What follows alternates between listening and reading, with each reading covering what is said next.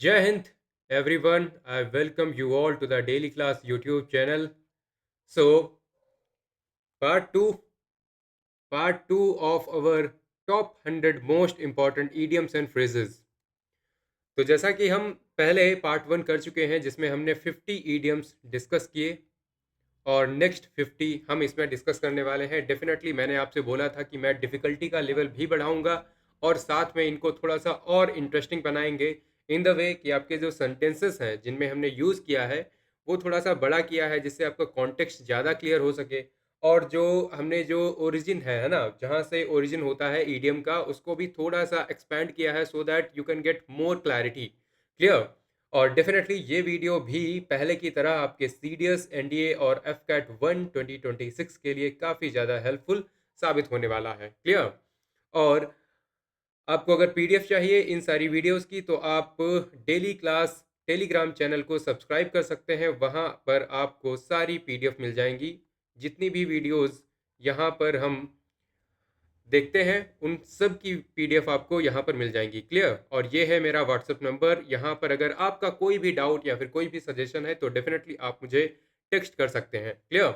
चलो शुरू करते हैं। शुरू करने से पहले मैंने आपसे बताया था कि मेमोराइज़ करने का कोई फ़ायदा नहीं है। आपने क्या करना है, आपको सारे जो भी होते हैं ना इडियम्स उनको समझना है, उनको समझने की कोशिश करना है। Then only actually you will be able to perform better. हुँ?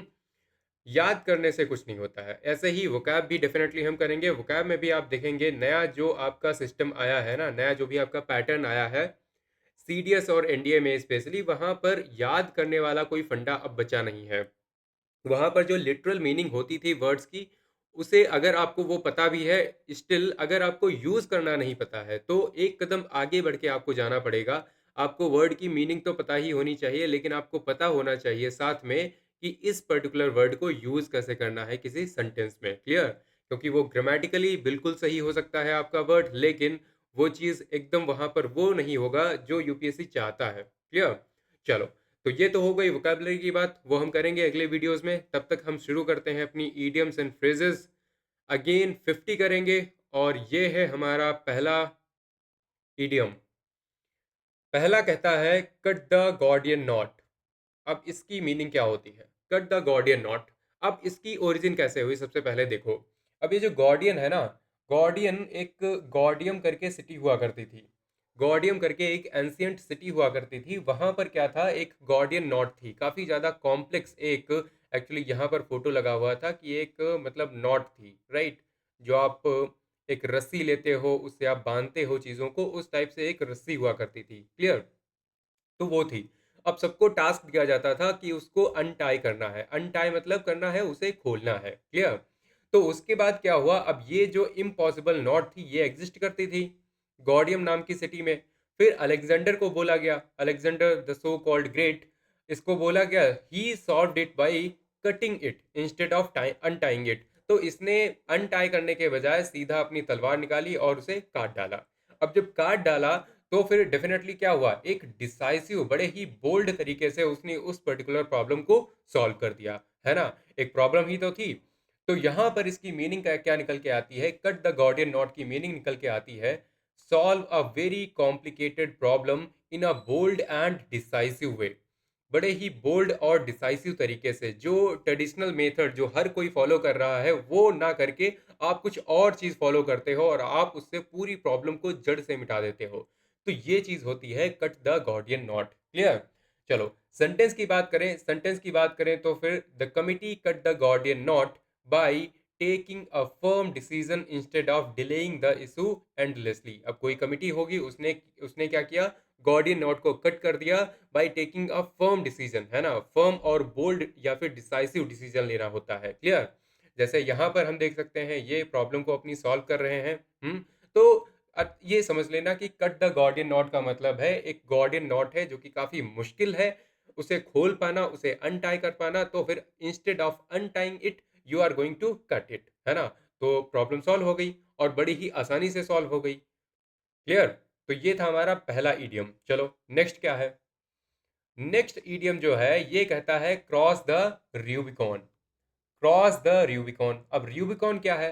सबसे पहले तो रूबिकॉन देख लो, ये है एक रिवर, ठीक है, ये है एक रिवर जो कि एंशियंट रोम में हुआ करती थी। ये एक्चुअली एंशियंट रोम में एक रिवर हुआ करती थी, है ना, रिवर। और कुछ कुछ ऐसे एग्रीमेंट थे, कुछ ऐसे एग्रीमेंट वगैरह होते हैं, या फिर कुछ जैसे के लिए ऐसे लोगों ने मान रखा था कि अगर किसी ने मान लिया इधर है किसी दूसरे राजा का राज्य है, इधर दूसरे राजा का राज्य है, ठीक है, और बीच में एक रिवर बहती है जिसका नाम रूबिकॉन है, तो फिर कहते हैं अगर किसी ने, अगर तुम्हारे लोगों ने इधर क्रॉस कर लिया, ठीक है, तो हम मानेंगे कि आप युद्ध करना चाहते हो। तो यहाँ पर क्या हुआ, यहाँ पर क्या हुआ, ये जो रोमन लॉ था, ये फॉरबेड करता था। फॉरबेड मतलब मना करता था कि कोई भी जनरल्स जो है ना, आर्मी वगैरह के जो जनरल्स हैं, वो क्रॉस नहीं कर सकते रिवर को, रिबिकॉन को अपनी आर्मी के साथ। अगर क्रॉस किया तो हम मानेंगे कि आप युद्ध करना चाहते हो। और यहाँ पर एक एक राजा हुए जूलियस सीजर नाम के। तो ये जूलियस सीजर क्या करते हैं, ये मतलब क्रॉस कर जाते हैं। अब ये जब क्रॉस कर गए उसके बाद भाई अब लॉ था, आपने उस चीज को ब्रीच कर दिया है, तो डेफिनेटली आपने क्या किया है, वॉर को इनएविटेबल बना दिया है। इनएविटेबल मतलब होता है कि अब तो होके ही रहेगी, कोई रोक नहीं सकता। हम्म। सॉरी। तो ये मतलब कि ऐसी चीज बना दी कि अब तो करनी ही पड़ेगी वॉर, क्योंकि आपने उस पर्टिकुलर लॉ को ब्रीच कर दिया है, तोड़ दिया है। हम्म। तो फिर इसकी मीनिंग क्या निकल के आती है, इसकी मीनिंग होती है क्रॉस द रूबिकॉन, की मतलब है टेक एन इरिवर्सिबल स्टेप। ऐसा स्टेप ले लेना जहां से वापस होना मुश्किल है ना, जहां से वापस नहीं जाया जा सकता। आपने एक ऐसा स्टेप ले लिया है कि अब तो ये करके ही आपको मतलब करो या मरो वाली सिचुएशन हो जाती है। After crossing the Rubicon you will have a situation of करो या मरो, है ना, डू और डाई वाली सिचुएशन आ जाती है, अब तो करना ही पड़ेगा। तो रूबिकॉन आपने क्रॉस कर दी है ना। तो और सेंटेंस की बात करें तो क्या होगा, by resigning publicly, by resigning publicly he crossed the Rubicon and could not return to his earlier position. अब किसी ने मान लिया कमरे में जाके चुपचाप अगर रेजिग्नेशन दिया होता तो डेफिनेटली क्या होता, उसके बाद अगर उसका मूड बदलता तो फिर से जाके एक ही बंदे के सामने दिया है, मैनेजर के सामने, मैनेजर से जाके फिर से बोल सकते थे, हाँ, कि ठीक है साहब गलती हो गई, फिर से रख लो काम पे। लेकिन अभी क्या हुआ, आपने पब्लिकली रिजाइन किया है, अगर पब्लिकली रिजाइन किया है तो बड़ा ही मुश्किल है, अब तो भैया मुश्किल है, ठीक है, आपने क्रॉस कर दिया है रूबिकॉन। अब एक इरिवर्सिबल स्टेप आपने ले लिया है, अब आप फिर से रिटर्न नहीं कर सकते, you can not return to your earlier position. तो इसका मतलब था क्रॉस द रूबिकॉन का। क्लियर। चलो नेक्स्ट वन, नेक्स्ट देखते हैं क्या है। नेक्स्ट है आपका throw a spanner in the works, throw a spanner in the works. अब कुछ काम धाम हो रहा है वहां पर क्या करना, स्पैनर डाल देना। स्पैनर डाल देना। तो इसका देखो, ये सिंपल सी बात है, कोई यहाँ पर कोई ऐसी कोई मतलब हिस्टोरिक इंसिडेंट नहीं है, ठीक है, हिस्टोरिकल इंसिडेंट नहीं है। ये सिंपली एक ऑब्जर्वेशन होती है कि स्पैनर जो होता है आपका, स्पैनर क्या होता है, स्पैनर आपका जो टूल होता है जिससे आप टाइट करते हो या लूज करते हो नट्स वगैरह को, है ना, बोल्ट को रेंच की मदद से, वही तो स्पैनर होता है। क्लियर। सो आप उसे स्पैनर बोलते हो। तो spanner throne into machinery could stop it and cause damage. अब कोई बढ़िया मशीन चल रही है, बढ़िया एकदम मशीन चल रही है, उसमें कुछ बीच में फेंक देना कुछ लोहे का, हाँ, कोई स्पैनर फेंक देना, इसका मतलब आपने हर एक चीज को डिस्टर्ब कर दिया, मशीन काम करना बंद कर देगी, डैमेज भी हो जाएगी। क्लियर। तो अब वहीं से मीनिंग निकल के आती है कि throw a spanner in the works का मतलब होता है डिसरप्ट अ प्लान सडनली। बढ़िया स्मूथली हर एक चीज चल रही थी और आके किसी ने डिसरप्ट कर दिया। आप यहाँ पर पढ़ाई कर रहे थे या कर रही थी, हाँ, और आपके सिबलिंग आते हैं और यहाँ पर कुछ ना कुछ प्रॉब्लम क्रिएट करते हैं। सबके घर में होगा, है ना, सबके घर वाले ऐसे होते हैं। तो ये जब होता है ना, उसे कहते हैं throw a spanner in the works, right. Sentence की बात करें, सेंटेंस होता है आपका the sudden policy change through a spanner in the works of the entire reform process, right. तो एक सडन पॉलिसी चेंज होता है, वो क्या करता है, इंटायर रिफॉर्म प्रोसेस कुछ चल रहे थे और वहां पर एक पॉलिसी चेंज आ जाता है। पूरे सिस्टम को हम रिफॉर्म करने की कोशिश कर रहे थे, वहां पर किसी ने बोला कि नहीं नहीं ये सब नहीं करना है हमें, या फिर एक ऐसा कोई लॉ आ गया, कोई ऐसी पॉलिसी आ गई जिसने पूरे काम पर पानी फेर दिया, डिसरप्ट कर दिया, डिस्टर्ब कर दिया। तो उसे बोलेंगे throw a spanner in the works, right. चलो नेक्स्ट वन, नेक्स्ट क्या है? नेक्स्ट है आपका rest on one's laurels. Okay, rest on one's laurels. अब लॉरेल्स क्या होते हैं? लॉरेल्स आपके वो होते हैं जो विक्ट्री में दिए जाते हैं। एक्चुअली विक्ट्री में ये एक्चुअली दिए जाते थे, ठीक है। एंशियंट ग्रीक में अगेन आपको दिए जाते थे, ठीक है। जब कोई विक्टर्स जो होते थे, विक्टर्स मतलब जो जीत के आए हैं, जो वॉर में जीत के आए हैं in ancient times, were crowned with laurel wreath, ठीक है। Well were crowned with the laurel wreath. ये आपका देखो, कई बार ये रीथ का मतलब होता है जो जो एक टाइप का फूल दिए जाते हैं ना, फूल जो दिए जाते हैं कई बार किसी के मरने पे या फिर किसी को बहुत ज़्यादा सेलिब्रेट करने पे, तो ये फूल दिए जाते हैं, बहुत सारे फ्लावर्स, है ना। ये एक बुके टाइप में दिया जाता है और साथ में कुछ अवार्ड दिए जाते थे, पैसे दिए जाते थे और एक टाइप का क्रॉस दिया जाता था। क्रॉस मतलब अवार्ड दिया जाता था, क्लियर।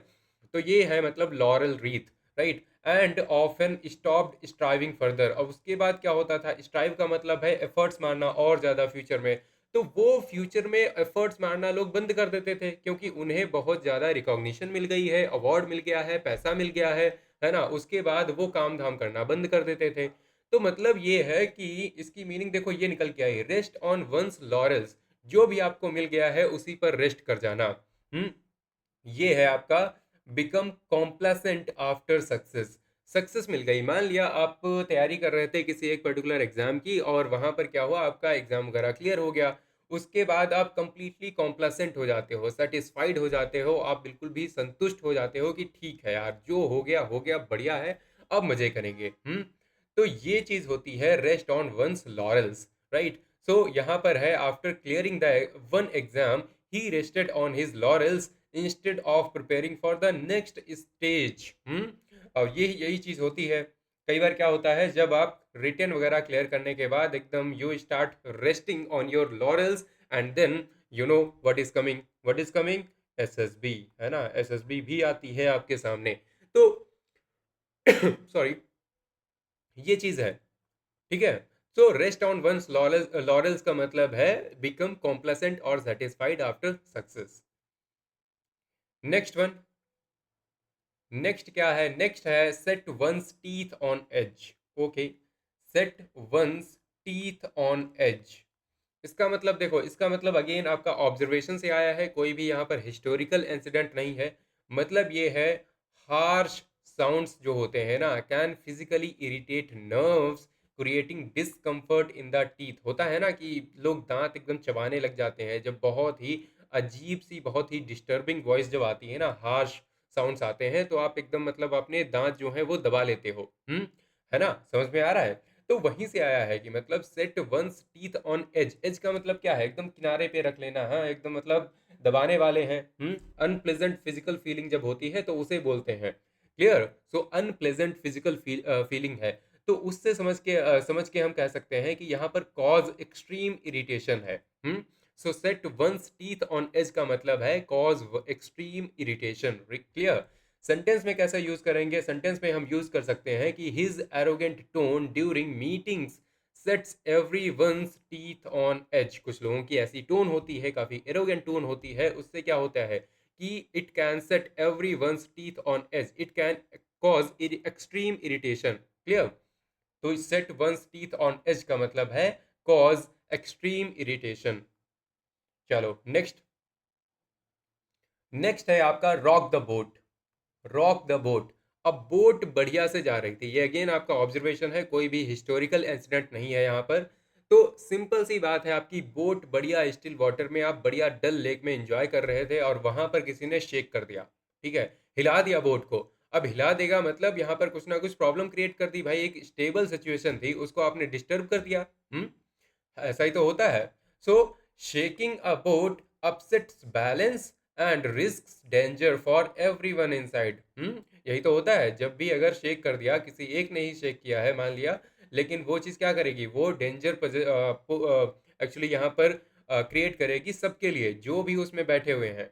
और यहाँ पर क्या होता है, इसकी इसकी जो मीनिंग निकल के आएगी, that is disturb a stable situation. जैसे के लिए हम यहाँ पर, वैसे मुझे लगा यहाँ पर मॉस्किटो है, ठीक है, यहाँ पर मॉस्किटो हो गया या फिर बहुत सारी आवाज़ें हो गई, ठीक है, या फिर टैप की आवाज़ आ रही है, ये सारी चीज़ें क्या करेंगी, they are rocking the boat. And he is not able to sleep. He is not able to sleep properly. So sentence में यूज कैसे करेंगे? सेंटेंस में यूज करेंगे seniors advised juniors not to rock the boat by raising controversial issues unnecessarily. अब बढ़िया, सब कुछ सही चल रहा है, तो unnecessarily please do not rock the boat, right? तो रॉक द बोट मतलब disturb a stable situation. Clear? चलो next one.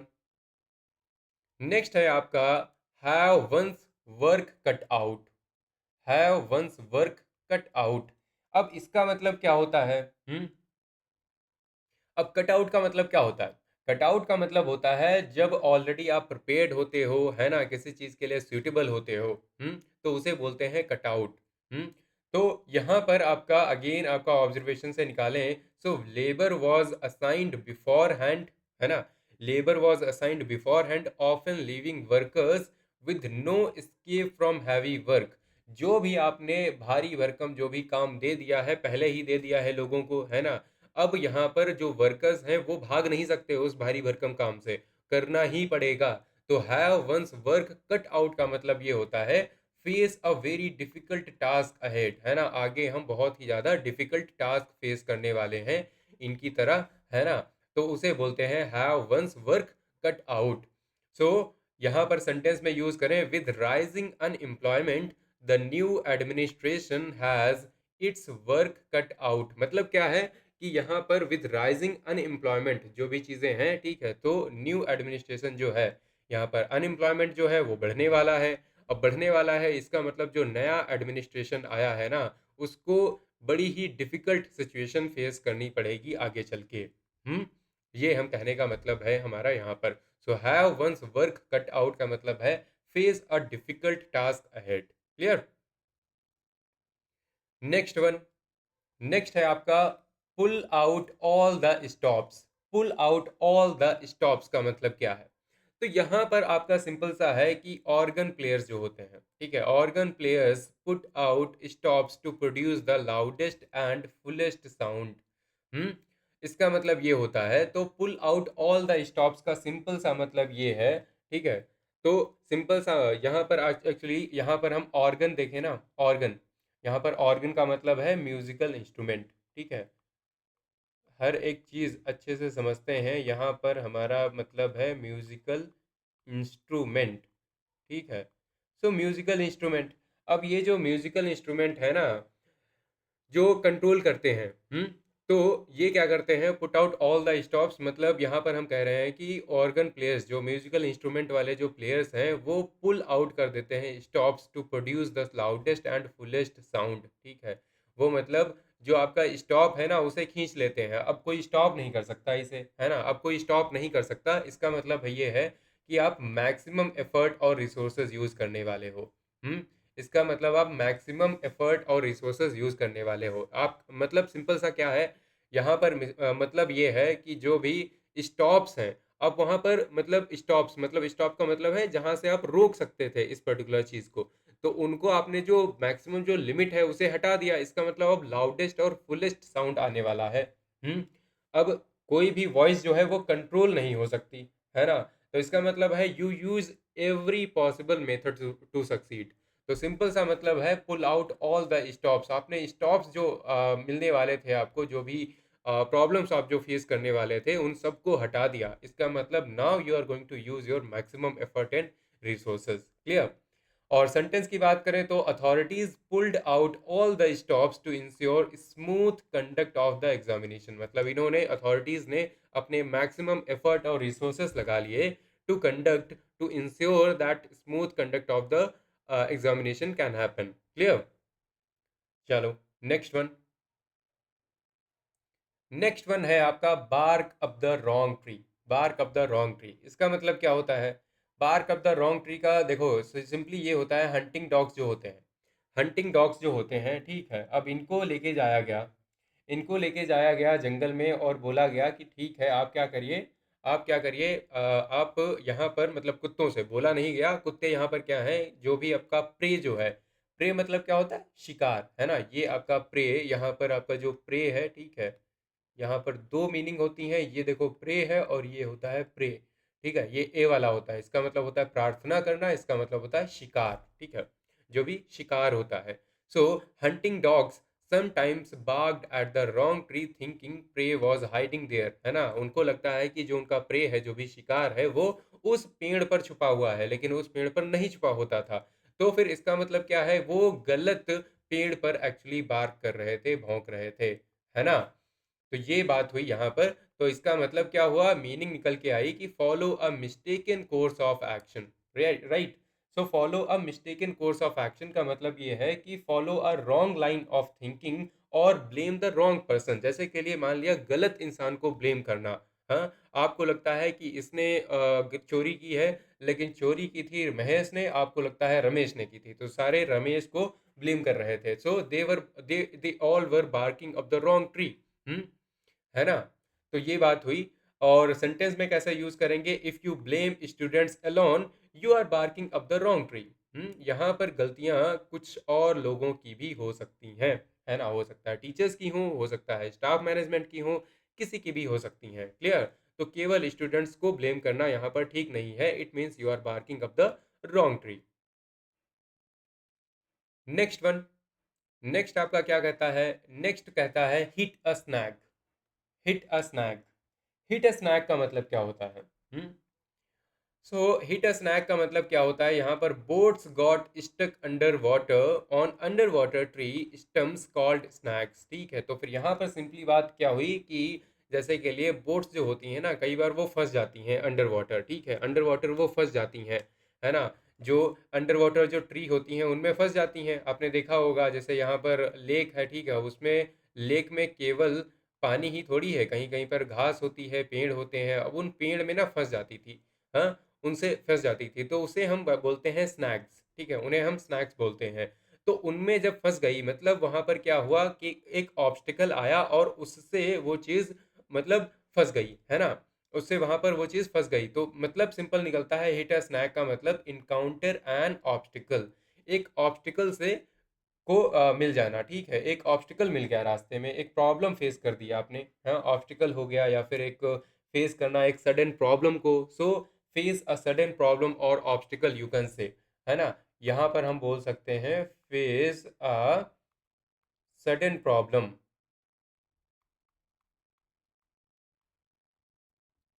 Face a sudden problem, clear. So face a sudden problem यहाँ पर हो गया हिट अ स्नैक, ठीक है, snack मान लो बड़ी ही प्रॉब्लम वाली चीज़ है, तो उसको हिट कर जाना, है ना। जैसे कि टाइटैनिक में क्या हुआ था, वहाँ पर एक्चुअली स्नैक नहीं था, वहाँ पर ग्लेशियर्स थे। तो उसी टाइप का आप समझ सकते हो, आप वहीं से विजुलाइज कर सकते हो, उसी टाइप से आपकी जो बोट है वो स्टक कर गई। हम्म। तो the project hit a snag when legal clearance was delayed, जब लीगल क्लियरेंस जो है वो डिले कर दी गई, मतलब यहाँ पर एक ऑब्स्टिकल आ गया। लगा था कि सब कुछ हो जाएगा, बढ़िया से हो जाएगा, लेकिन क्या हुआ, वहां पर एक ऑब्स्टिकल आ गया, तो बात वहां पर बन नहीं पाई, इसका मतलब जो प्रोजेक्ट है वो फंस गया, बीच में प्रॉब्लम आ गई, है ना, ऑब्स्टिकल आ गई, clear. So hit a snag, okay. Next one, next one क्या होगा, नेक्स्ट वन है आपका बर्न वंस ब्रिजेस। अपने जो ब्रिजेस हैं उन्हें बर्न कर देना। सिंपल सी मतलब ये है कि आर्मीज जो थी, ठीक है, पहले जो आर्मीज थी वो बर्न कर देती हैं ब्रिजेस को after crossing rivers to prevent retreat, है ना। कि हमारे सोल्जर्स, कई बार क्या होता था कि जो एंशियंट टाइम में कि सोल्जर्स भी वापस भाग ना पाए, ताकि इनके पास यही ऑप्शन हो कि लड़ना ही है। हाँ, ये जनरल्स करते थे कई बार। और ये भी एक चीज होती है कि कोई एनिमी अगर पीछा कर रहा है तो वो ना आ पाए सेम ब्रिज पे। हाँ, तो मतलब जो फ्यूचर ऑप्शंस है आपके उन्हें डिस्ट्रॉय कर देना, फ्यूचर ऑप्शंस जो हैं आपके वो डिस्ट्रॉय कर देना। जैसे ये हैं, ये अभी मजे कर रहे हैं, बढ़िया से एकदम मजे कर रहे हैं, चाय पी रहे हैं, सब कुछ, उसके बाद में सोचते हैं कि अब यार क्या करना चाहिए, ये बनना चाहिए, ये बनना चाहिए, क्या बनना चाहिए, हाँ। तो यहाँ पर प्रॉब्लम आती है सोचने में कि अब तो दिक्कत हो गई। सो यहाँ पर क्या है, नेक्स्ट सेंटेंस अगर हम यूज करें, so by insulting his seniors publicly he burned his bridges with the organisation. He by insulting his seniors publicly he burned his bridges with the organisation, मतलब अपनी जो फ्यूचर ऑप्शंस हैं, future possibilities हैं, हो सकता है अगर सीनियर्स को इंसल्ट नहीं करते तो उनका प्रमोशन हो जाता, वॉट एवर, है ना, लेकिन अब नहीं हो सकता, क्लियर। नेक्स्ट है आपका have too many irons in the fire. Have too many irons in the fire. अब फायर में बहुत सारे आयरन्स होना मतलब यहाँ पर क्या है, देखो ब्लैक स्मिथ जो होते हैं, ब्लैक स्मिथ समझते हो, जो लोहार होते हैं। Black Smiths could manage only a few heated irons without ruining them। Without ruining them मतलब कि यहाँ पर क्या होता है कि बहुत सारे अगर वो हीटेड आयरन उठा लेंगे, तो देखो हीटेड आयरन जो होता है उस पर एक बार तुम्हें जल्दी जल्दी उसे मतलब हिट करना होता है, so that you can provide it a proper shape. लेकिन अगर आपने बहुत सारे उठा लिए एक साथ, तो किस किस पे हिट करोगे, किस किस चीज को आप सही से करोगे। तो यहाँ पर क्या होता है कि have too many iron in the fire, बहुत सारे आयरन एक साथ डाल देना फायर में। इसका मतलब handle too many task at once. हाँ, जब बहुत सारे जो मतलब टास्क होते हैं आप एक साथ हैंडल कर रहे होते हो, ये दिखाता है having too many irons in the fire. Sentence में कैसे यूज करेंगे, he failed to complete tasks properly because he had too many irons in the fire. जैसे कि लिए आज के टाइम पर सब कुछ बन जाना चाहते हो, कॉलेज भी अच्छा करना चाहते हो, एग्जाम भी अच्छा देना चाहते हो, है ना, सोचते हो कि खेल भी लें, मूवी भी देख लें, सब कुछ करना चाहते हो, तो यहाँ पर प्रॉब्लम आती है when you have too many irons in your in the fire, right. Next one, next आपका कहता है have a mountain, have a mountain out of a molehill, out of a molehill. अब मोल हिल का मतलब क्या है यहाँ पर, मतलब होता है एक छोटा सा जो मोल होता है ना, एक मोल होता है जानवर, ठीक है, चूहे जैसा होता है, मोल होता है। अब वो क्या करता है, वो एक बड़ा ही छोटा सा माउंट बनाता है, ठीक है, एक माउंट, माउंट मतलब एक टीला सा बनाता है, ठीक है, एक टीला सा बनाता है। अब इसके कंपैरिजन में पहाड़ तो बहुत बड़ा होता है। पहाड़ जो है बहुत बड़ा होता है। ये हिल है ना, ये भी एक एक टाइप का हिल है, छोटा सा हिल है, ठीक है, हिल है एक। हम्म लेकिन ये बहुत ही छोटा सा है। अब इस चीज से पहाड़ बना देना, माउंटेन बना देना, इसका मतलब आपने क्या किया है, आपने, अब मोल हिल देखो, मोल हिल काफी टाइनी होता है, so comparing it to a mountain shows exaggeration, है ना। अब इसको आप अगर माउंटेन से कंपेयर करोगे, इसका मतलब सिंपली यही दिखता है कि आप बहुत ही चीजों को बढ़ा चढ़ा के देख रहे हो चीजों को, है ना। सो सिंपली होता है एग्जरेट अ स्मॉल प्रॉब्लम, बड़ी ही छोटी सी प्रॉब्लम है लेकिन उसको बहुत बढ़ा चढ़ा के वो करना। अब छोटी सी कोई एक ऐसी चीज देख ली, उसके लिए एकदम ओवर एक्ट करना, आंखें बाहर आ गई, हाँ ये चीज हो गई, या फिर थोड़ा सा खाया, ठीक है, मिर्च लग गई, ऐसे रिएक्ट करना, ओवर रिएक्शन देना, या फिर छोटा छोटा कूड़ा अपना नहीं फेंकना डेली, फिर इतना इकट्ठा हो जाए। तो इसे भी कहेंगे कि making a mountain out of a molehill. Clear. चलो सेंटेंस में कैसे यूज करेंगे, she made a mountain out of a molehill by overreacting to a minor issue. हाँ, जैसे इन्होंने किया, इन्होंने ऐसे तो किया। हम्म चलो नेक्स्ट वन, नेक्स्ट है आपका throw caution to the winds. Throw caution to the winds मतलब कि जो विंड्स थी, ठीक है, वहां पर क्या करना, कॉशन थ्रो कर देना। थ्रो कर देना मतलब कि कंप्लीट रिस्क ले लेना है। तो यहाँ पर ओरिजिन कैसे हुआ, यहाँ पर ओरिजिन ऐसे हुआ कि sailors who ignored wind conditions risked shipwreck. मतलब ये होता है, देखो आपको पता होगा, आपने सुन रखा होगा, अगर आपने जियोग्राफी पढ़ी है या फिर आपको थोड़ा सा भी हिस्ट्री पता है, तो जो सेलर्स होते थे पहले, वो विंड के सहारे रहते थे, है ना, समंदर में जिस तरफ को विंड जाएगी, इसीलिए वो क्या करते थे, मौसम के अकॉर्डिंग, वेदर के अकॉर्डिंग वो अपनी यात्राएं क्या करते करते थे, अपने वोयेज जो हैं वो कंप्लीट किया करते थे। क्लियर। तो यहाँ पर क्या होता है, यहाँ पर एक्चुअली ये होता है कि जो जिसने विंड कंडीशंस को इग्नोर कर दिया, तो डेफिनेटली वो जो पूरी कंप्लीट जो शिपरेक है, उसे उसने रिस्क में डाल दिया। तो उस चीज को थ्रो नहीं करना है, कॉशन जो है उसको थ्रो नहीं करना है भाई, केयर रखनी है, ठीक है, आपको क्या करना है, उन चीजों का ध्यान ध्यान रखना है। इसका सिंपली मतलब ये निकलता है कि एक्ट रिकलेसली। रिकलेसली का मतलब सिंपल होता है केयरलेसली, है ना, केयरलेसली, यू कैन से carelessly, right, carelessly without care. Recklessly without care, कोई भी ध्यान ना देते हुए, जैसे इनकी ड्राइविंग है, अब ये ड्राइविंग कर रहे हैं फोन चलाते हुए। तो definitely he is throwing the caution to the winds. और जैसे ये भाई साहब बढ़िया गाना गाते हुए चल रहे थे, और नीचे नीचे आया ये केले का छिलका। सेंटेंस में कैसे यूज करेंगे, सेंटेंस में यूज करेंगे he through caution to the winds and invested all his savings in one risky venture. तो उसने क्या किया अपने जो जो भी उसके कॉशन थे, ठीक है, टू द विंड्स, उन्हें थ्रो कर दिया, थ्रू, राइट। ही through caution to the winds and invested all his savings in one risky venture. एक रिस्की वेंचर था, एक रिस्की टाइप का जो भी एक टाइप की कंपनी थी, ठीक है, वहां पर उसने इन्वेस्ट कर दिया अपना सारा पैसा। ये हो गई बात वो वाली, हेरा फेरी में दिखाते हैं ना, वही वाली बात। चलो नेक्स्ट वन। नेक्स्ट वन है आपका गो for broke. Go for broke. अब गो फॉर ब्रोक, ब्रोक का मतलब क्या होगा यहाँ पर देखते हैं। अ गैम्बलिंग टर्म, ठीक है, यहाँ पर क्या है, एक गैम्बलिंग टर्म है।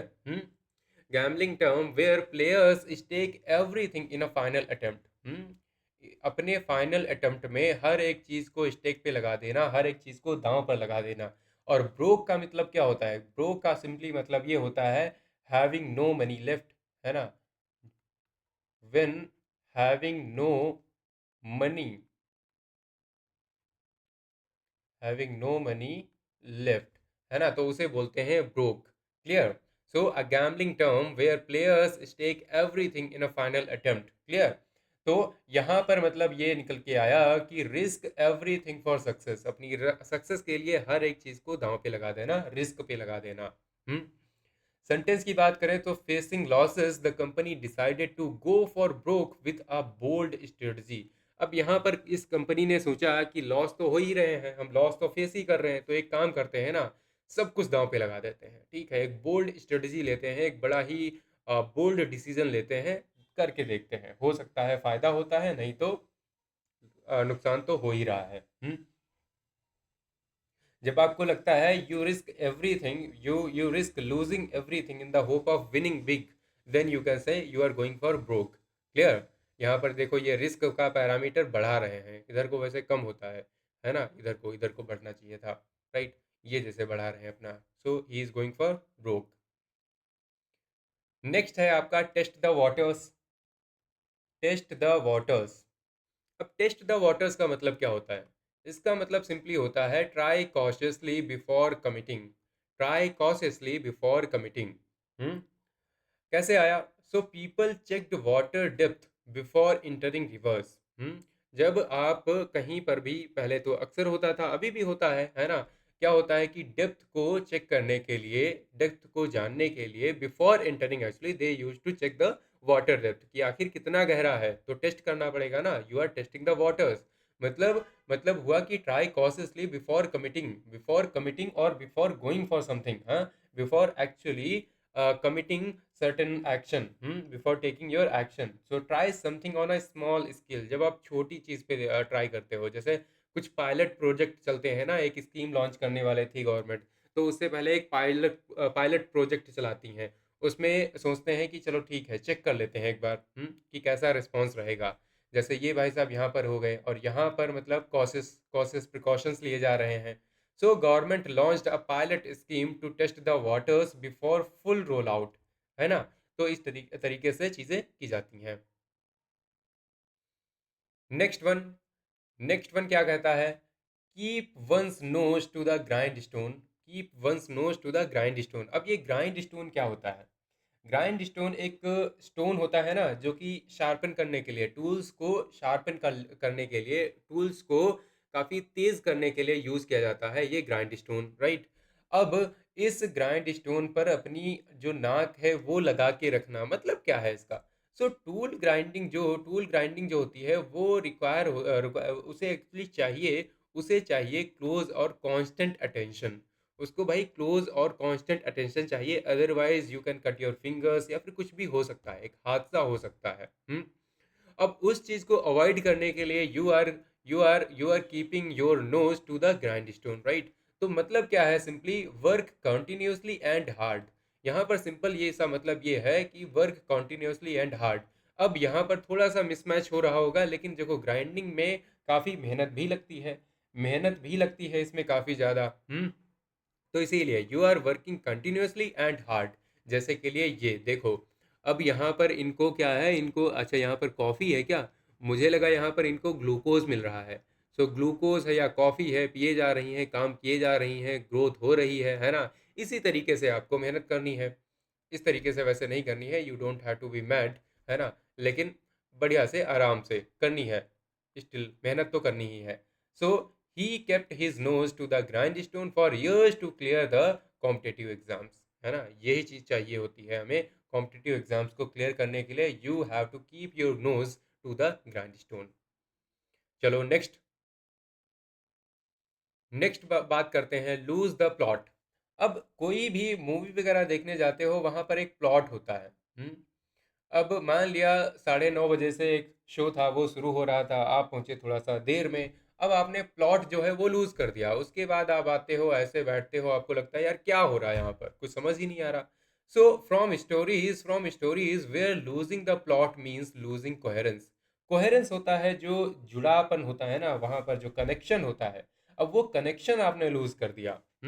वो आपने कनेक्शन यूज कर दिया बाकी स्टोरी से, so you will B confused and irrational हो जाएगा सिचुएशन। जो सिचुएशन है वो कंफ्यूज हो जाएगी और इरेशनल हो जाएगी, है ना। तो इसका मतलब ये होता है lose the plot. So during the debate he lost the plot and began speaking speaking irrelevantly. अब इसका ध्यान जो है ना वो कहीं और चला गया होगा कुछ टाइम के लिए, और ओपोनेंट ने कुछ बोल दिया। अब ओपोनेंट ने जब कुछ बोल दिया, अब यहाँ पर अगर आप समझ नहीं पाओगे और डिबेट चल रही है और आपने उस चीज़ का जवाब ना देके कुछ और चीज़ बोली ना, सब समझ जाते हैं, पूरी ऑडियंस समझ जाती है और ओपोनेंट भी समझ जाता है, आपका जजेस भी समझ जाते हैं कि ये समझ अच्छे से समझ नहीं पाया है, इसने कुछ और बोला है। नेक्स्ट वन, नेक्स्ट है आपका take the bull by the horns.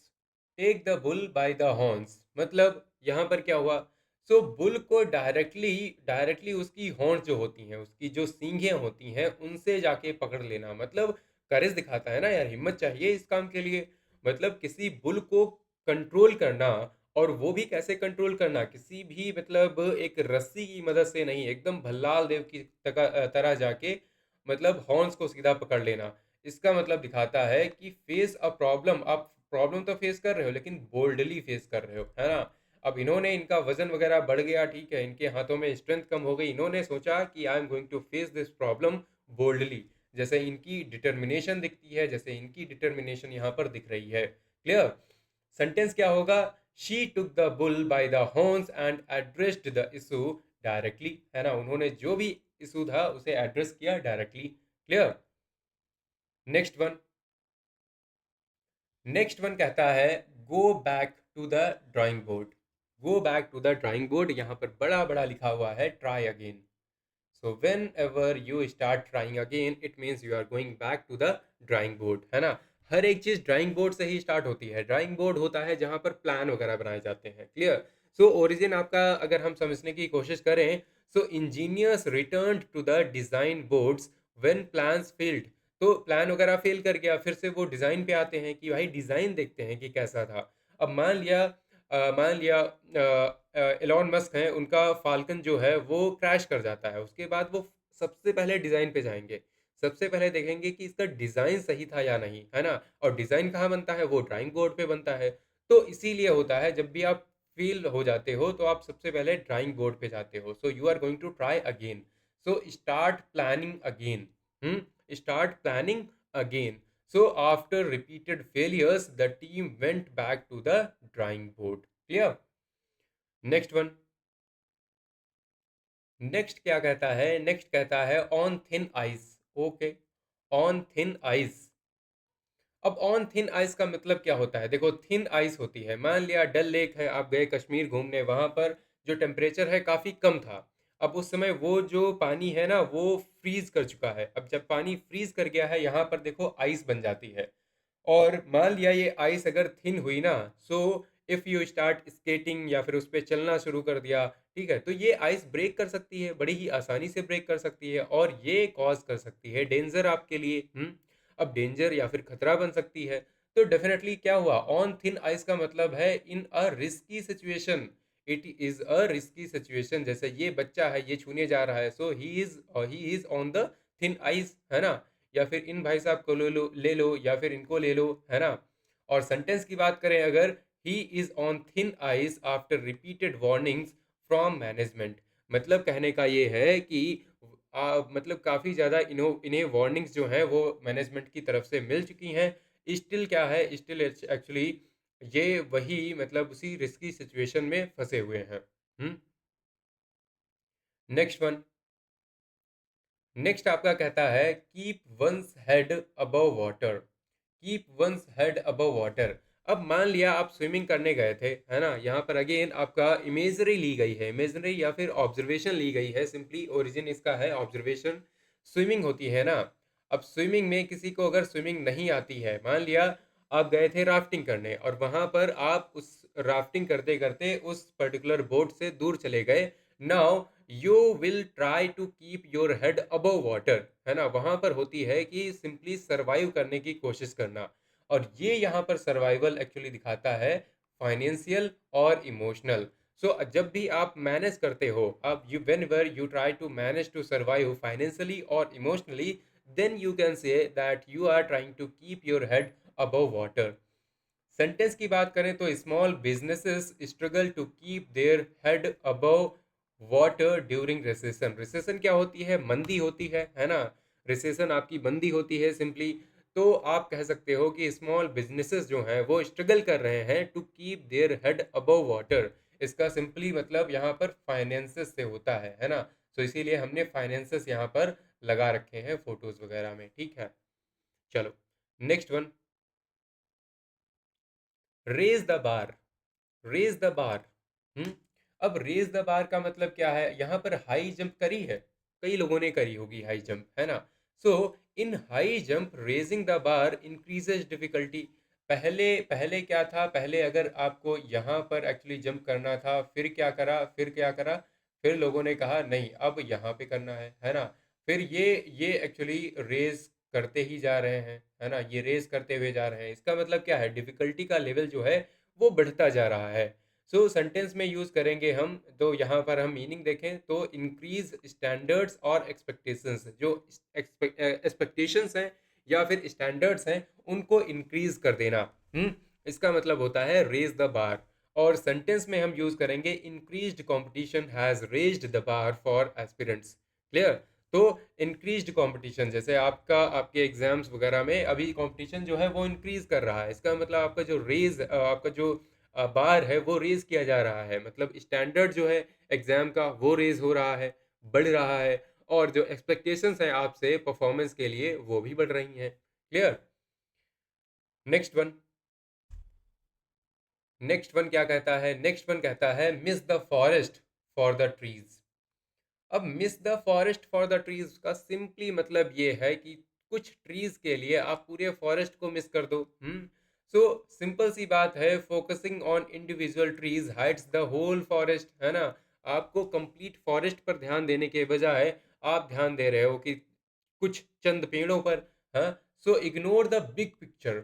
एक बड़ी पिक्चर को एक्चुअली इग्नोर कर देना।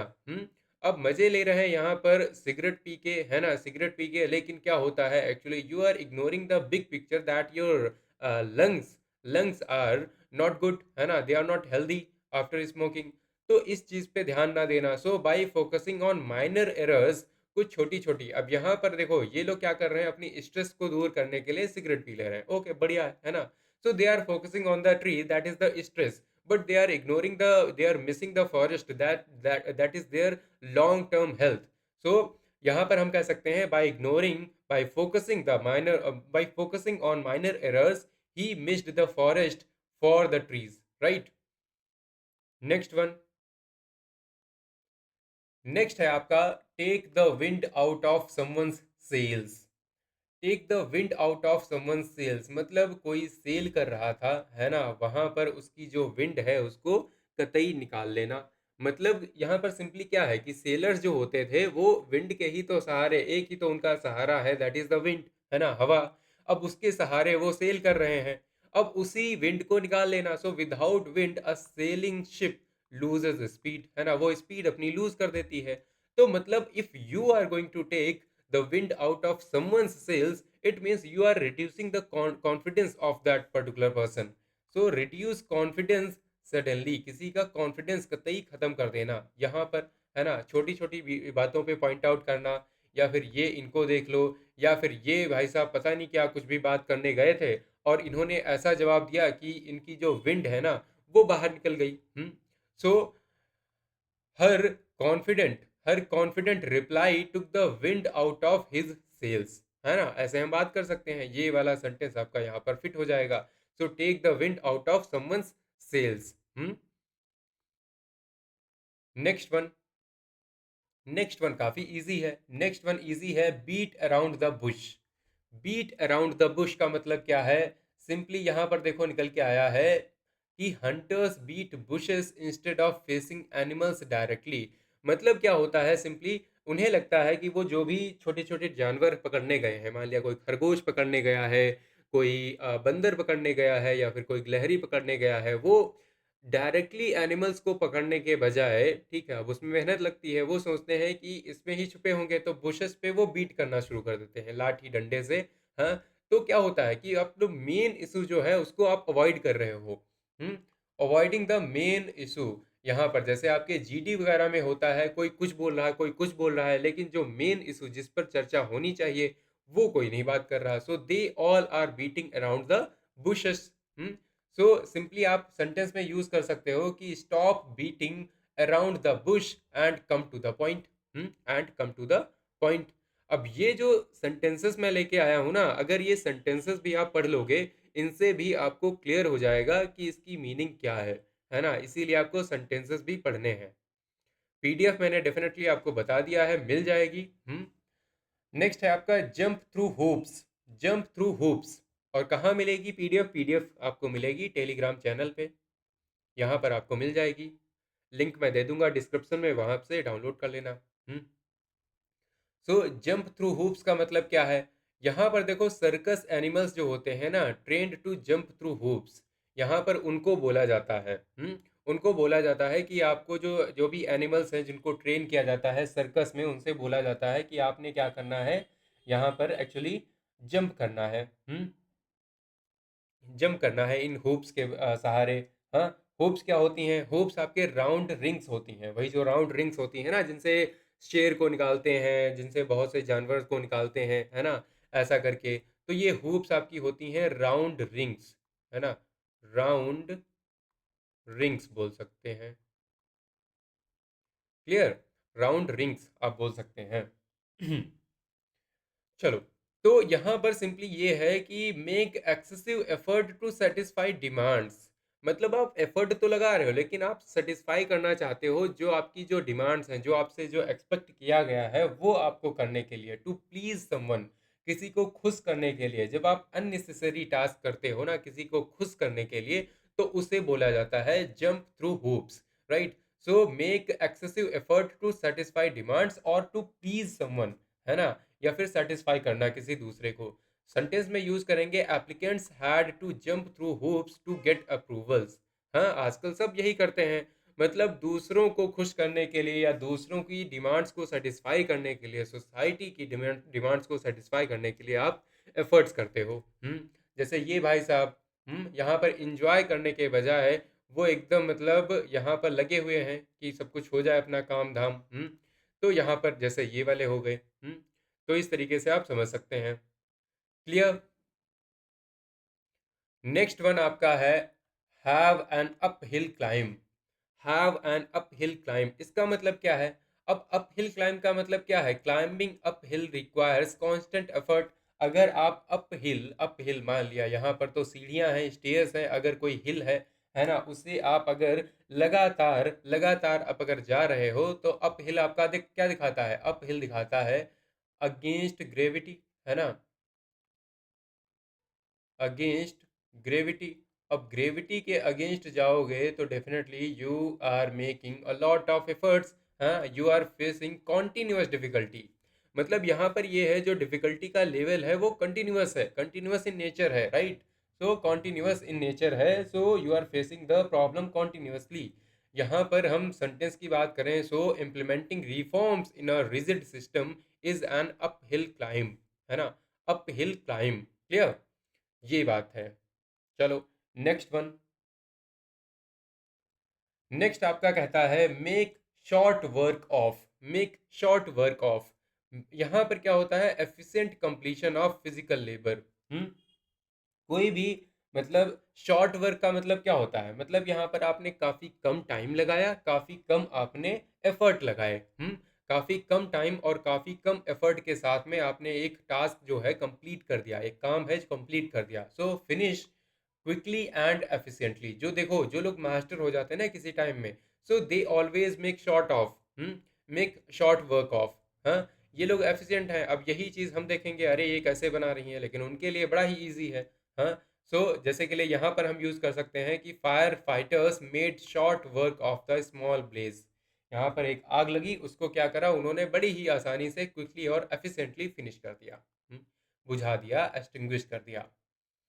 नेक्स्ट वन, नेक्स्ट वन कहता है कि take something in one's stride. Take something in one's stride. अब इसका मतलब क्या है? इसका मतलब क्या है? स्ट्राइड का मतलब क्या होता है? स्ट्राइड का मतलब होता है जब आप वॉक करते हो ना, जब आप वॉक करते हो और वहां पर जब थोड़ा सा आप स्टेप लेते हो ना, कोई भी स्टेप जो होता है वाइल वॉकिंग, तो उसे बोलते हैं स्ट्राइड। हम्म सो यहाँ पर क्या है, यहाँ पर क्या है, स्टेप आप बोल सकते हो, ठीक है, स्टेप वाइल वॉकिंग।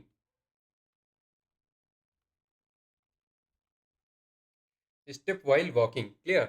सो यहाँ पर हम ओरिजिन की बात करें, so walking smoothly without breaking pace, है ना। आराम से मतलब वॉक करना, यहाँ पर ना ही बहुत तेज ना ही बहुत धीरे, आराम से करना। सो आराम से अगर आप करते हो, so it means you are handling calmly without stress. हाँ, विदाउट स्ट्रेस, मजे हैं एकदम, ये देखो पड़े हुए हैं, कोई दिक्कत ही नहीं है ना। और ये, या फिर यहाँ पर ये, so they are not being very stressed और anxious, they are handling the situation very calmly without any stress. यहाँ पर हम यूज करना चाहें, so she took criticism in her stride and improved her work. उसने जो क्रिटिसिज्म है उसको अपनी स्ट्राइड में लिया, मतलब कि आराम से उसको हैंडल किया, and improved her work. Clear. चलो नेक्स्ट वन। नेक्स्ट आपका कहता है put the cart before the horse. Put the cart before the horse, मतलब यहाँ पर देखो क्या होता है कि कार्ट जो होता है उससे you can not move if the placed if placed before the horse, है ना। इसको अगर आप हॉर्स से पहले लगा दो, मतलब हॉर्स आपका होता है, घोड़ा होता है, घोड़े के पीछे कार्ट होती है ना, बंधी होती है, कार्ट आपका जो व्हीकल होता है ना। और ये घोड़ा खींचता है, तो मतलब घोड़ा आगे होना चाहिए, लेकिन आपने घोड़े को पीछे कर दिया, कार्ट को आगे कर दिया। मतलब आपने जो चीजों का ऑर्डर था ना, उससे आपने उसे आपने डिस्टर्ब कर दिया। So do things in the wrong order. चीजों को गलत ऑर्डर में करना, जो चीज पहले करनी चाहिए थी वो बाद में, जो बाद में करनी चाहिए थी उसे पहले। सेंटेंस में कैसे यूज करेंगे? Planning implementation before approval is putting the cart before the horse. So planning implementation before approval, तो आपने प्लानिंग कर दी पहले ही, हाँ, अप्रूवल अभी मिला नहीं है। अप्रूवल पहले मिल जाए तब तो प्लानिंग करो, नहीं तो प्लानिंग में जितने भी एफर्ट्स आप लगाओगे सारे वेस्ट हो जाएंगे, they will all go in when. हाँ, तो ये नहीं करना है। सो इसका मतलब क्या हो गया? Putting the cart before the horse. तो ये नहीं, नो, रॉन्ग वे, ये आपका रॉन्ग वे, गलत रास्ता हो गया। नेक्स्ट है आपका throw in one's lot with. Okay, throw in one's lot with, इसका मतलब क्या है? सो यहाँ पर लॉट का मतलब क्या है? लॉट का मतलब हो गया आपका फेट या फिर शेयर। आपका जो आपके जो भाग्य में आता है या फिर आपको जो हिस्सा मिला है। So drawing lots decided fate और शेयर। तो इसका सिंपल सा मतलब ये होता है, जब भी आप अपने भाग्य या फिर शेयर के हिसाब से आप किसी को एक्चुअली ज्वाइन कर लेते हो। सो ज्वाइन और सपोर्ट अ ग्रुप और कॉज। ये तो throw in one's lot with का सिंपली ये मतलब होता है, you are going to join और सपोर्ट अ ग्रुप और अ कॉज। कोई भी आइडियोलॉजी है उसको आप सपोर्ट करने लग गए। कुछ लोग हैं वो खड़े होंगे, कहेंगे ठीक है मैं फेमिनिज्म को सपोर्ट करता हूँ, so they are throwing in their lot with, right. तो ये चीज हम कह सकते हैं। यूज कैसे करेंगे? He threw in lot with reformers despite the risk.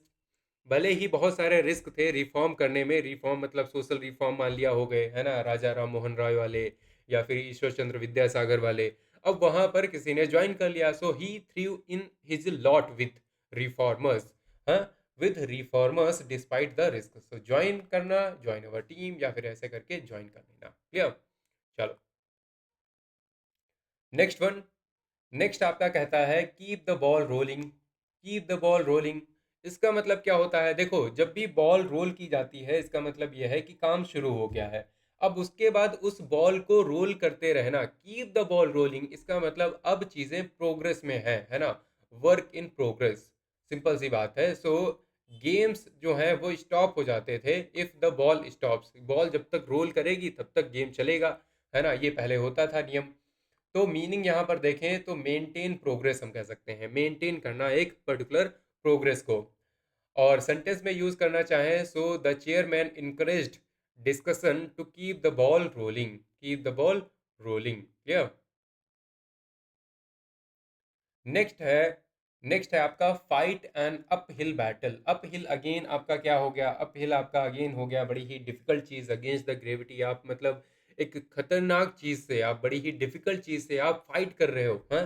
So battles fought up hill were disadvantageous, जैसे के लिए हमें पता है, हमें पता है कि एलओसी जब हुआ था, है ना, एलओसी में जब हमारा जब कारगिल में जब युद्ध हुआ था उसमें हमारे सोल्जर्स को एक डिसएडवांटेज था, because they were fighting an uphill battle, still still they von, still they von, तो ये दिखाता है उनका करेज, उनका वेलर, बट डिफिकल्ट तो था, बहुत ही डिफिकल्ट था if you are fighting an uphill battle, हाँ। So struggle against strong opposition, अब वहां पर स्ट्रॉन्ग अपोजिशन तो नहीं था लेकिन एटलीस्ट उनके पास एस तो थी, because they were sitting on the hills, है ना, वो तो सिंपली वहां पर बैठे थे, वहां से बैठ के इंसान हर चीज की मूवमेंट की मतलब वो कर सकता है ना, पता कर सकता है कौन क्या मूव कर रहा है, पत्थर फेंक दे, गोली चला दे, कुछ भी करे, but still, but still they won, है। और वही चीज हम यहाँ पर देखते हैं, activists fight an uphill battle against corruption. अब करप्शन कौन कर रहा, politicians, they are completely powerful, हाँ। अब उनके खिलाफ अगर आप कर रहे हो, लड़ाई लड़ रहे हो, तो definitely you are fighting an uphill battle, clear. Next है आपका put paid to, put paid to, put paid to का मतलब क्या होता है, once payment was made the matter was settled, है ना, आपने पुट कर दिया पेड टू, है ना, आपने मतलब सेटल कर लिया या फिनिश कर दिया मैटर को, है ना, आपने एक बार पेमेंट कर दिया, जैसे के लिए ऐसे कोई भी एक होता है एक्चुअली, कोई भी पैसा वैसा दे दिया किसी चीज के लिए, अब वो मैटर एकदम सॉल्व हो गया, क्लियर। तो फिर यहाँ पर एक्चुअली केवल पैसे से रिलेटेड नहीं है, मीनिंग निकल के आती है वंस समथिंग कंप्लीटली, है ना, सॉरी, एंड समथिंग कंप्लीटली, किसी चीज को एकदम एंड कर देना, है ना, किसी चीज को एकदम एंड कर देना कंप्लीटली, क्लियर। तो यहाँ पर जैसे के लिए कंप्लीटेड हो गया, या फिर टास्क वगैरह कंप्लीट कर दिया, या फिर एक एक मान लिया एक क्रिकेटर है विराट कोहली है, अब इनको बहुत ज्यादा क्रिटिसिज्म मिल रहा था, इन्होंने इन्होंने क्या करा, इन्होंने put paid to all the criticism, है ना, he put paid to all the criticism by scoring a century, हाँ, मतलब 2-3 सेंचुरी लगातार मार दी, सबका मुंह बंद कर दिया। सो यहाँ पर सेंटेंस की बात करें, so the evidence put paid to all rumours, जो एविडेंस है उसने put paid to all rumours मतलब एंड कर दिया कंप्लीटली, रिमर्स निकल रहे थे लेकिन एविडेंस लेके आ गया एक इंसान का, ये तो बात गलत है। नेक्स्ट है आपका hold the fort, hold the fort. अब ये कुछ एक्चुअली फोटोज क्या हुए, देवर मूविंग जीआईएफ्स, तो इसलिए वो ब्लैक हो गए हैं, चलो कोई बात नहीं। सो होल्ड द फोर्ट का मतलब क्या है, देखो सिंपल सा मतलब ये है, जब वहां पर सेनापति नहीं है, राजा नहीं है, सोल्जर्स कुछ हैं एक फोर्ट पे, एक किले पे, तो उनसे बोला गया, अब अटैक हो गया है तो उनसे बोला कि भाई गार्ड करके रखो, ठीक है, गार्ड करके रहो जब तक कोई हेल्प नहीं आ जाती। So soldiers guarded forts until help arrived.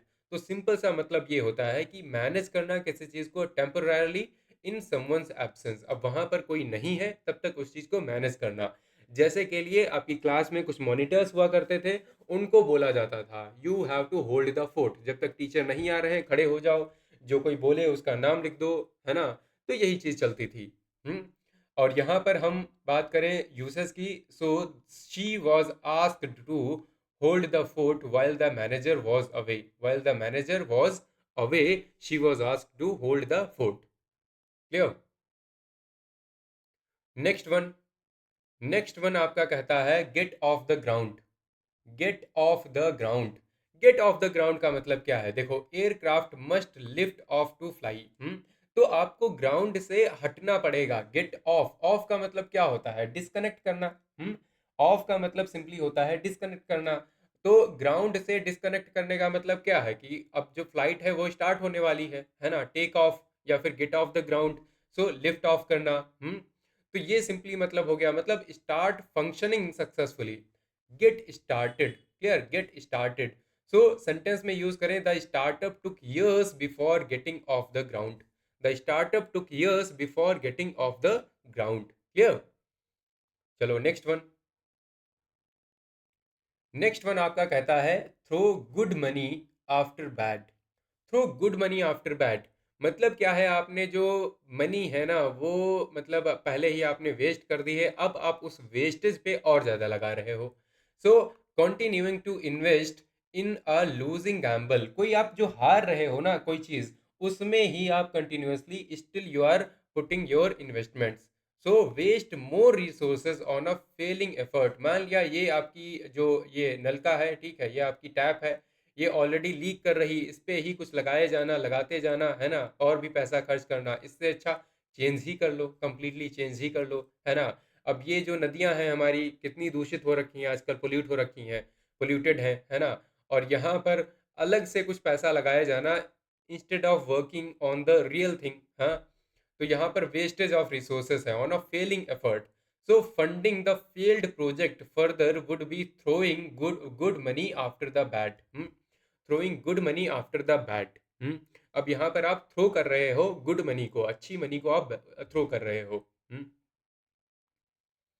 Next one, take stock of. Next आपका कहता है टेक स्टॉक ऑफ। इसका मतलब क्या होता है? देखो, मर्चेंट्स जो होते हैं काउंटेड इन्वेंटरी टू जज position.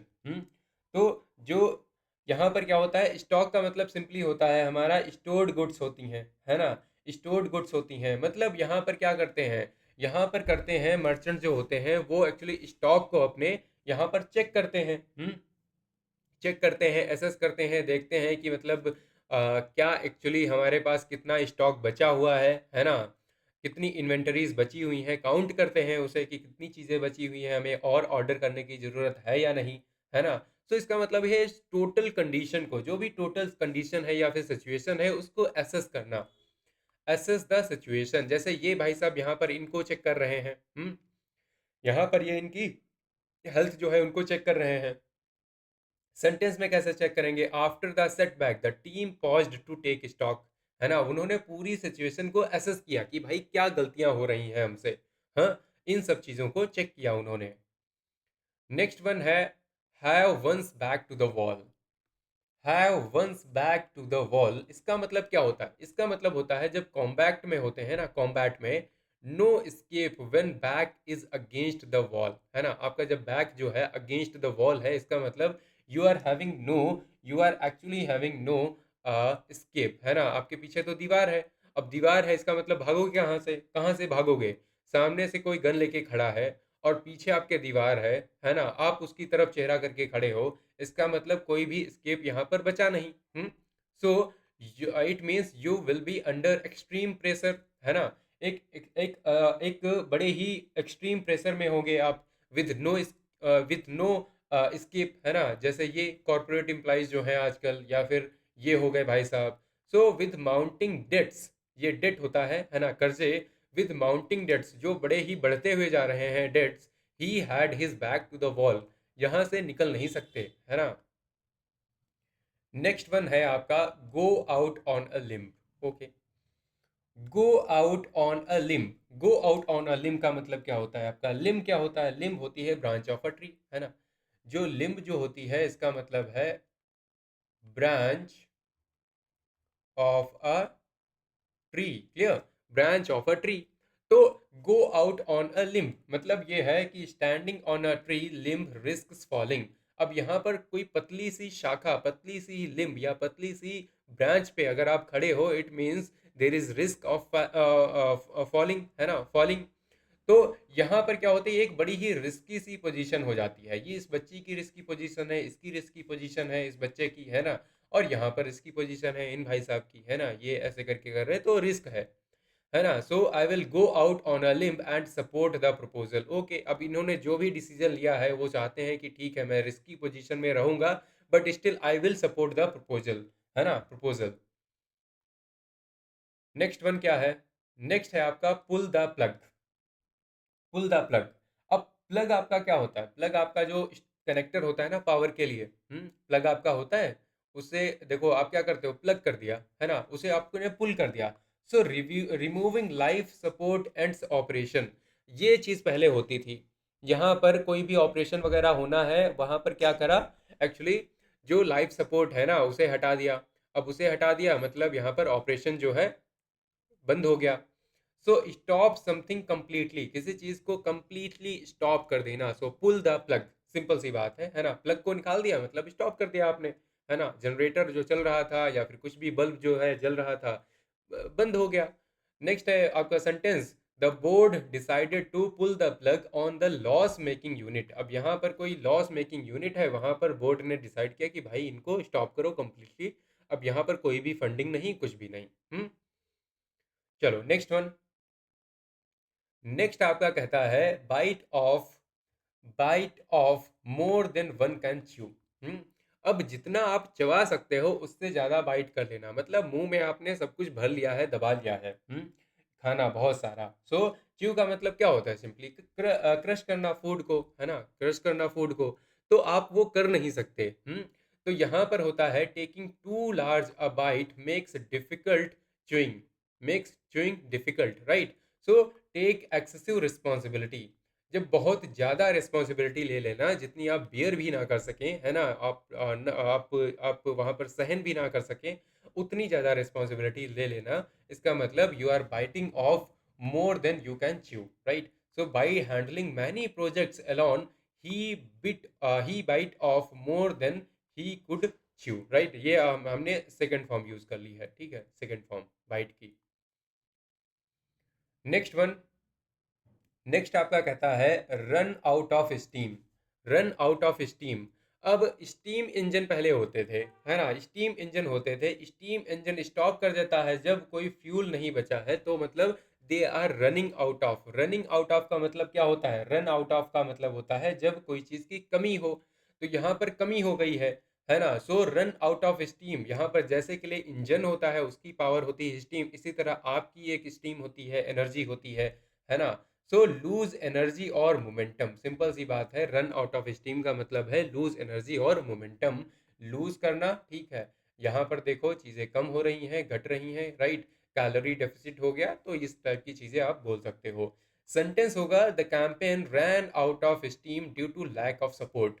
The campaign ran out of steam due to lack of support. अब सपोर्ट ही नहीं मिला, इसका मतलब क्या हुआ, जो आपका कैंपेन था वो खत्म हो गया।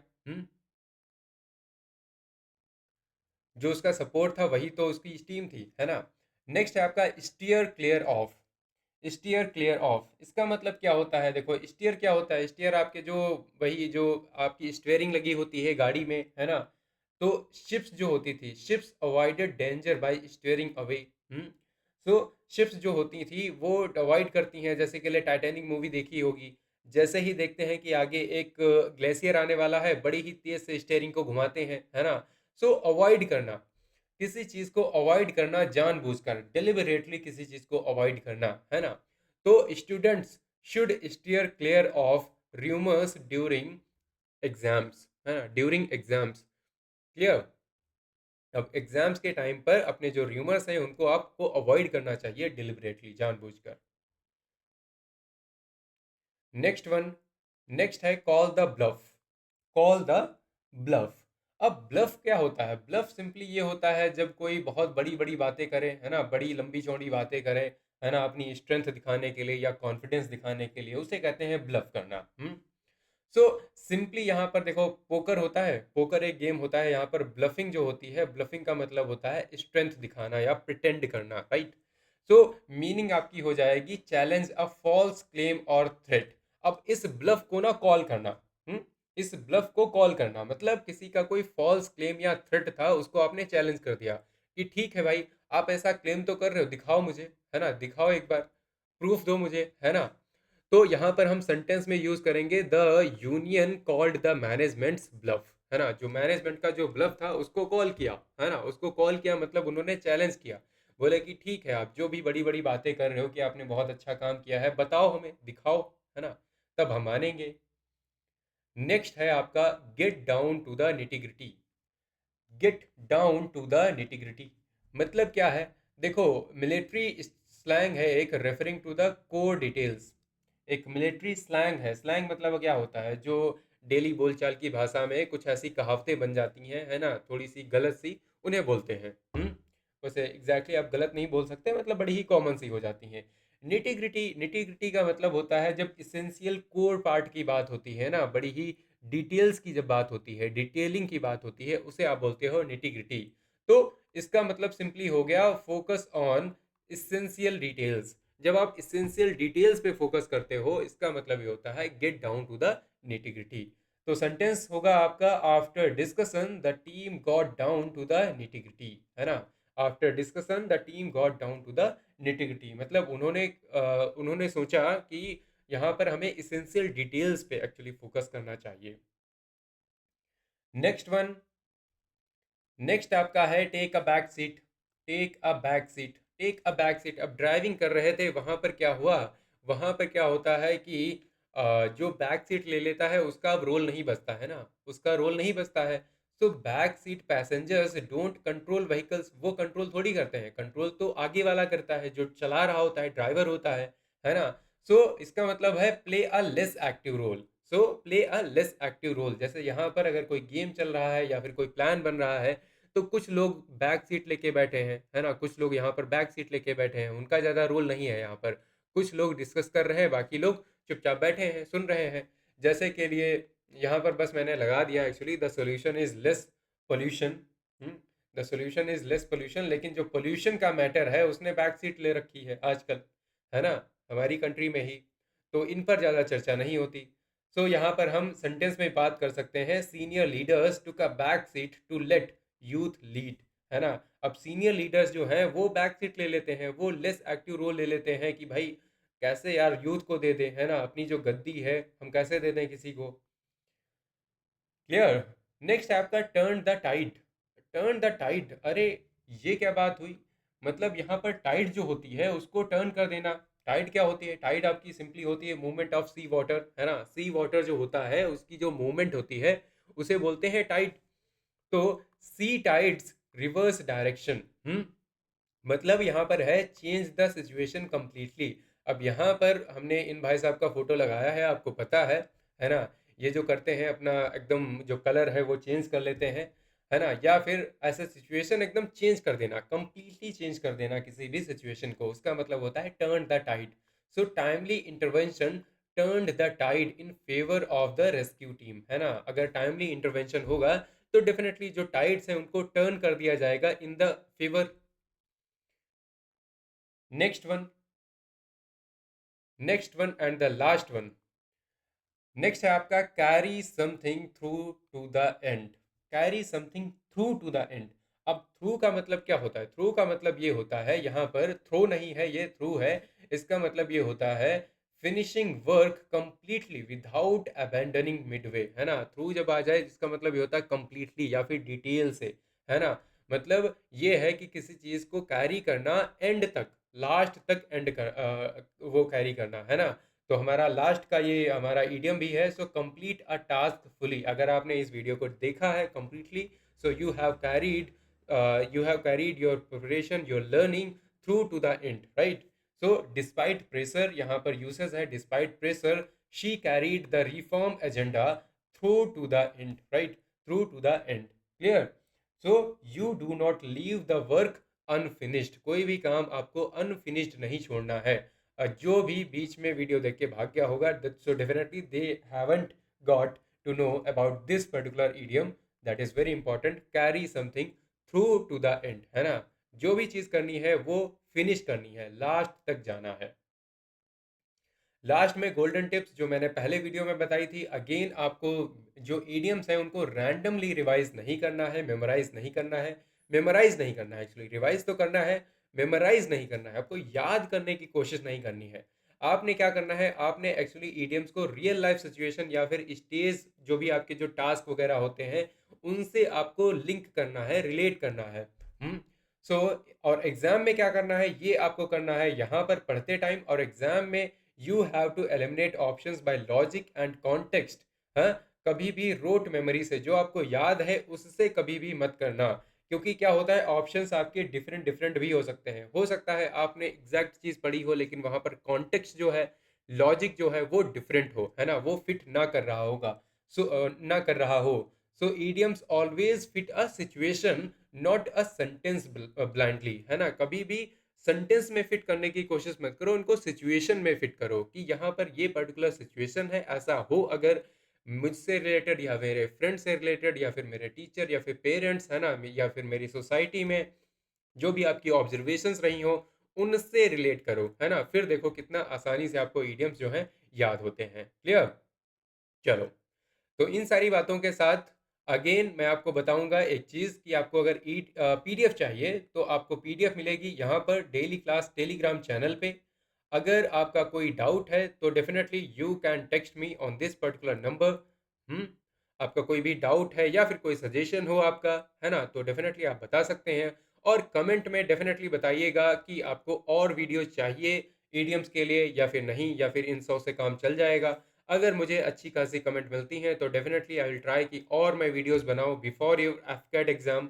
सीडीएस या एनडीए के लिए तो मैं डेफिनेटली बनाऊंगा ही, अभी और वीडियोस आएंगी, एटलीस्ट आपके 500 ईडियम्स तो मैं करवा दूंगा यहाँ पर सीडीएस और एनडीए के लिए। लेकिन एफकेट के लिए डेफिनेटली टाइम कम है, तो आप बता सकते हैं मुझे कि आपको चाहिए या नहीं चाहिए, या फिर आपका मेथडोलॉजी आपको ये पसंद आई या नहीं, क्या आपको इम्प्रूवमेंट चाहिए, क्या आपको सुधार चाहिए, सारी चीज़ें आप मुझे बता सकते हैं, राइट।